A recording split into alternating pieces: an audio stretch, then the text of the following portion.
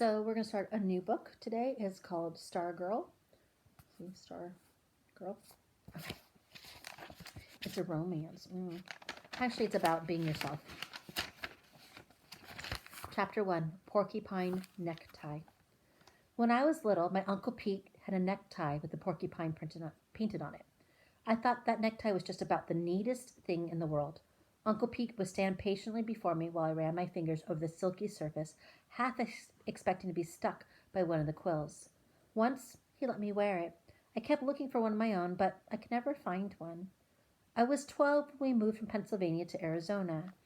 When Uncle Pete came to say goodbye, he was wearing the tie. I thought he did so just to give me one last look at it, and I was grateful. But then, with a dramatic flourish, he whipped it off and draped it around my neck. "It's yours," he said. "Going away present." I loved that porcupine tie so much that I decided to start a collection. 2 years after we settled into Arizona, the number of ties in my collection was still 1. Where do you find a porcupine necktie in Micah, Arizona? Or anywhere else, for that matter? On my 14th birthday, I read about myself in the local newspaper. The family section ran a regular feature about kids on their birthdays, and my mother had called in some information.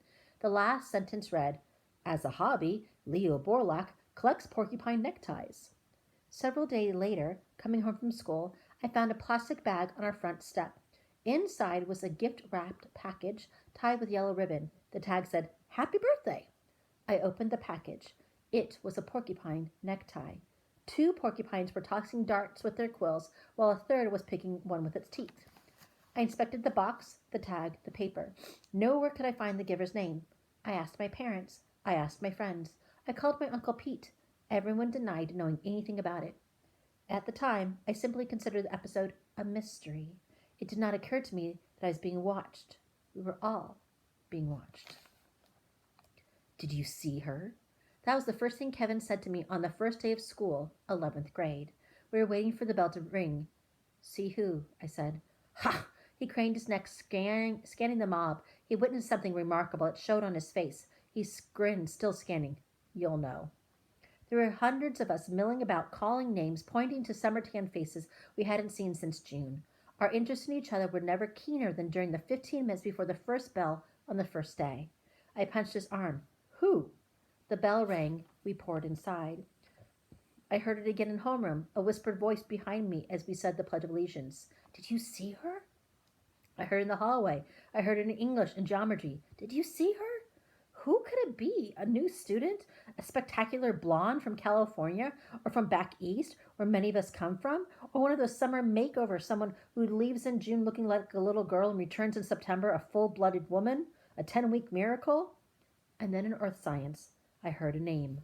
Star Girl. I turned to the senior slouching behind me. "Star Girl?" I said. "What kind of name is that?" "That's it. Star Girl Caraway. She said it in homeroom." Star Girl? Yeah. And then I saw her. At lunch. She wore an off-white dress so long it covered her shoes. It had ruffles around the neck and cuffs and looked like it could have been her great-grandmother's wedding gown. Her hair was the color of sand. It fell to her shoulders. Something was strapped across her back, but it wasn't a book bag. At first I thought it was a miniature guitar, and I found out later it was a ukulele. She did not carry a lunch tray. She did carry a large canvas bag with a life-size sunflower painted on it. The lunchroom was dead silent as she walked by. She stopped at any empty table, laid down her bag, slung the instrument strap over her chair, and sat down. She pulled a sandwich from the bag and started to eat. Half the lunchroom kept staring. Half started buzzing. Kevin grinned. "What'd I tell ya?" I nodded. "She's in 10th grade, he said. I hear she's been homeschooled till now." "Maybe that explains it," I said. His back was to us, so I couldn't see her face. Her back was to us, so I couldn't see her face. No one sat with her, but as the tables next to her, kids were cramming two to a seat. She didn't seem to notice. She seemed marooned in a sea of staring, buzzing faces. Kevin was grinning again. "You thinking what I'm thinking?" I said. I grinned back and I nodded. Hot Seat. Hot Seat was our in-school TV show. We had started it the year before. I was the producer-director. Kevin was the on-camera host. Each month he interviewed a student. So far, most of them have been honor student types, athletes, model citizens, noteworthy in the usual ways, but not especially interesting. Suddenly, Kevin's eyes boggled. The girl was picking up her ukulele. And now she was strumming it.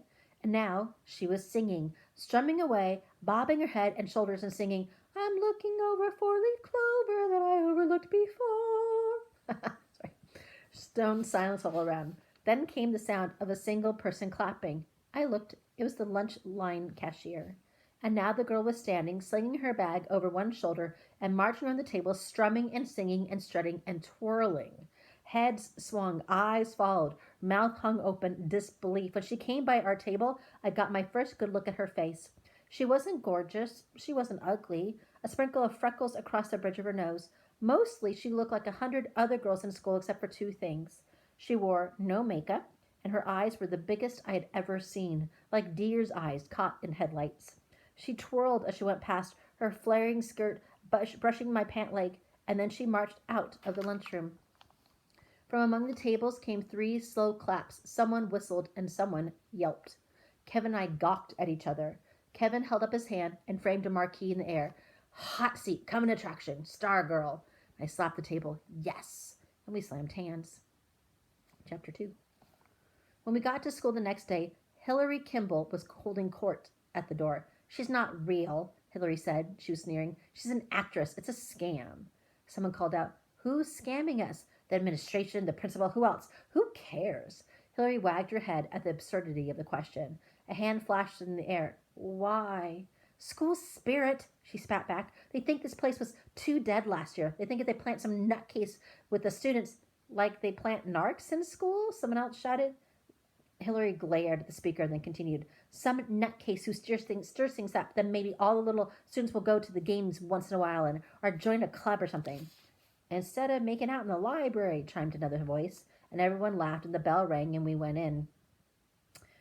Hillary Kimball's theory spread throughout the school and was widely accepted. You think Hillary's right? Kevin asked. Stargirl a plant? I snickered. Listen to yourself. He spread his arms. What? This is Micah Area High School, I reminded him. It's not a CIA operation.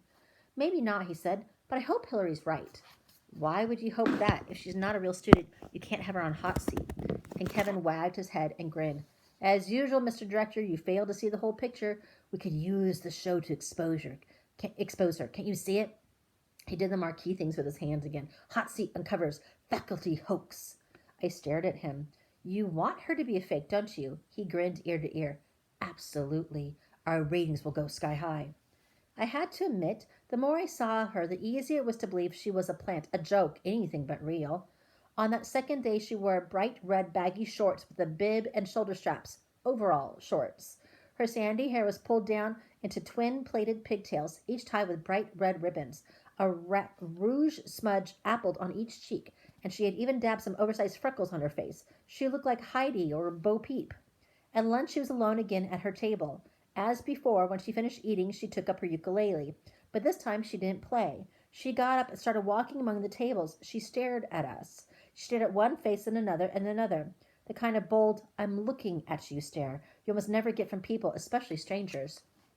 She appeared to be looking for someone. The whole lunchroom had become very uncomfortable. As she approached our table, I thought, what if she's looking for me? The thought terrified me. So I turned from her. I looked at Kevin. I watched him grin goofily up at her. He wiggled his finger and said, Hi, Stargirl. I didn't hear any answer. I was intensely aware of her passing beside my chair. She stopped 2 tables away. She's smiling at a pudding-bodied senior named Alan Furco. The lunchroom was dead silent.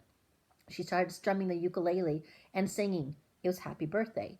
When she came to his name, she didn't sing just his first name, but his full name. Happy birthday, dear Alan Furco.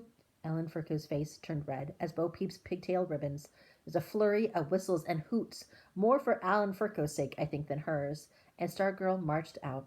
I could see Hillary Kimball across the lunchroom, rising from a seat, pointing, saying something I could not hear. I'll tell you one thing, Kevin said as we joined the mob in the hallway. She better be fake. I asked him what she meant. I mean, if she's real, she's in big trouble. How long do you think somebody who's really like that going to last around here? Good question. Micah Area High School, MAHS, was not exactly a hotbed of nonconformity. There were individual variants here and there, of course, but within pretty narrow limits. We wore the same clothes, talked the same way, ate the same food, listened to the same music. Even our dorks and nerds had a MAHS stamp on them. If we happened to somehow distinguish ourselves, we quickly snapped back into place like rubber bands. Kevin was right. It was unthinkable that Stargirl could survive, or at least survive unchanged among us. But it was also clear that Hillary Kimball was at least half right. This person calling herself Stargirl may or may not have been a faculty plant for school spirit, but whatever she was not real. She couldn't be. Several times in those early weeks of September, she showed up in something outrageous. A 1920s flapper dress, an Indian buckskin, a kimono. One day she wore a denim miniskirt with green stockings, and crawling up one leg was a parade of enamel ladybugs and butterfly pins. Normal for her was long, floor-brushing pioneer dresses and skirts. Every few days in lunchroom, she serenaded somebody new with the happy birthday song. I was glad my birthday was in the summer.